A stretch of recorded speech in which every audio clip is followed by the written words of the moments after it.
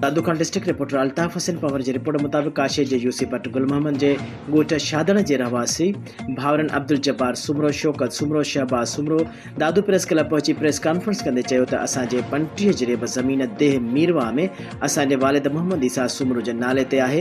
उन ज़मीन ते कब्ज़ा ग्रुप असांजे माइटनि ऐं जमालिन इंस्पेक्टर मुमताज़ सुमरो मोहम्मद अयूब सुमरो शाहनवाज़ जमाली पीरू जमाली ज़बरदस्ती हथियारनि जे ज़ोर ते कब्ज़ो कयो आहे। अब्दुल जब्बार सुमरो ॿुधायो त ज़मीन ते ट्रैक्टर हलाइण लाइ वयुसि त हथियार बंद मोतमार धमकी ॾिनियूं ऐं फायरिंग शुरू करे ॾिनी।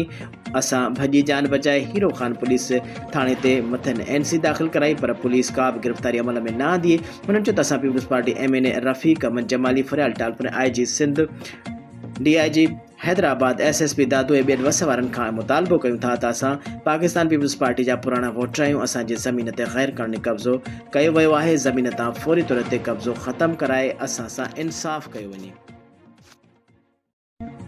ठारोशाह खां रिपोर्ट कर रहा है सनाउल्लाह उजन। ठारोशाह लिंक अशी मस्जिद रोड में नाक़िस मटीरियल इस्तेमाल ऐं रोड ठहण खां अॻु ई रहण खिलाफ़ ठारोशाह जे समाजी अॻवाननि जो इंजीनियर रोड्स ऐं SDO रोड्स ऐं ठेकेदार खिलाफ़ सैयद असद शाह सुनील अहमद मोहम्मद अली सुमरो ऐं ॿियनि जी अॻवानी में एहतजाजी मुज़ाहिरो कयो। जिते अॻवाननि मीडिया खे ॿुधायो त ठारोशाह खां अशी मस्जिद लिंक रोड जेको लखें रुपयनि जी लागत सां ठही रहियो आहे, जंहिं रोड्स खाते जा कामोर ऐं रोड जो ठेकेदार मिली भगत करे खुलेआम करप्शन करे रोड खे तबाह करे रहिया आहिनि। जॾहिं त रोड में पाबंदी पयल मेट वारो पत्थर इस्तेमालु कयो वञे थो, जंहिं सबबु रोड ठहण खां अॻु टही पियो आहे। रोड सां गॾु मोरियूं बि आहिनि जेकी न ठाहियूं वयूं आहिनि। हुननि चयो त ठेकेदार डामर जी वॾी करप्शन करे रहियो आहे, कारो तेल इस्तेमालु कनि था। हुननि मुतालबो कयो त ठारोशाह लिंक अशी मस्जिद रोड जे कम में नाक़िस मटीरियल इस्तेमालु कंदड़ ठेकेदार खिलाफ़ कार्रवाई। दादू खान डिस्ट्रिक्ट रिपोर्टर अल्ताफ हुसैन पवर जी रिपोर्ट मुताबिक दादू ज़िले में 5 सैकड़ो मज़दूर कोटा जे ख़ाली पयल जायुनि ते भर्तियुनि लाइ chairman district Dadu selection committee जी निगरानी में वॉक इन इंटरव्यू कया पिया वञनि, जंहिंमें deputy commissioner Dadu chairman district selection committee Mukhtiar Ali Abro जी निगरानी में उम्मीदवारनि खां DC ऑफिस दादू में इंटरव्यू वरिता पिया वञनि। सिलेक्शन कमेटी ऐं ADC 1 अब्दुल हमीद मुगल AC मोहसन रज़ा दस्ती DEO सेकेंडरी दादू मोहम्मद मूसा खोखर डिस्ट्रिक्ट फूड कंट्रोलर समेत ॿिया ऑफिसर बि शामिल आहिनि। उम्मीदवारनि खां सुबुह 10 बजे खां शुरू थियल इंटरव्यू जो अमल शाम 5 बजे ताईं जारी रहंदो।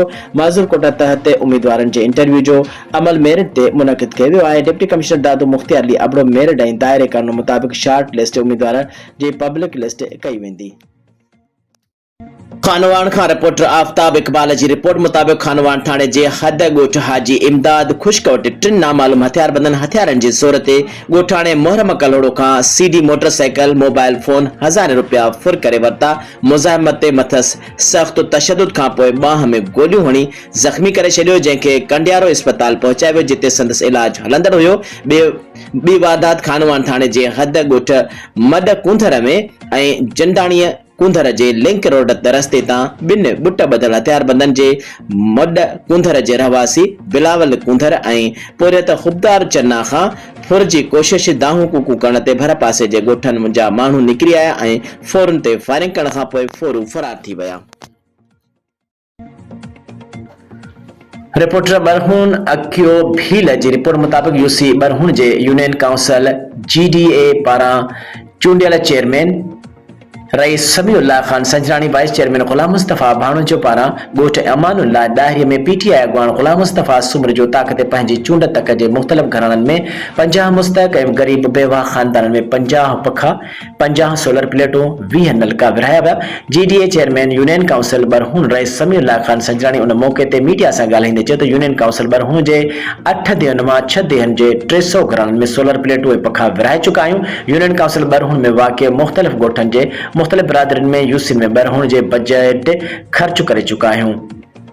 उन मौक़े ते PTI अॻवान गुलाम मुस्तफ़ा सुमरो मोहम्मद मिठल वसाण फ़कीर तुफ़ैल चुन हुसैन उमरानी जी अॻवानी में तमाम मुस्तहक घराणनि जे ग़रीब अवाम जे ख़िदमत करण खे अवाम साराहियो आहे।